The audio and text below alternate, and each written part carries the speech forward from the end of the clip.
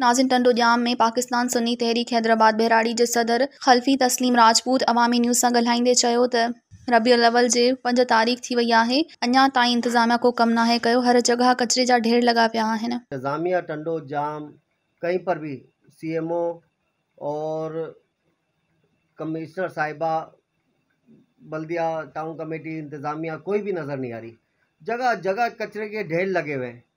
तो अगर हमारे रबीउल नूर शरीफ के जलूस की गुज़रगाह और सफाई के मामला पूरे टंडो जाम का कचरा नहीं उठाया गया तो 11 रबीउल नूर शरीफ को पाकिस्तान सुन्नी तहरीक एहतजाज करके मेन रोड पे धरना देगी। मज़ीद ख़बरनि ऐं तफ़सीलात लाइ विज़िट कयो असांजी वेबसाइट www.awamiNewsHD.com ऐं ॾिसंदा रहो अवामी न्यूज़ HD।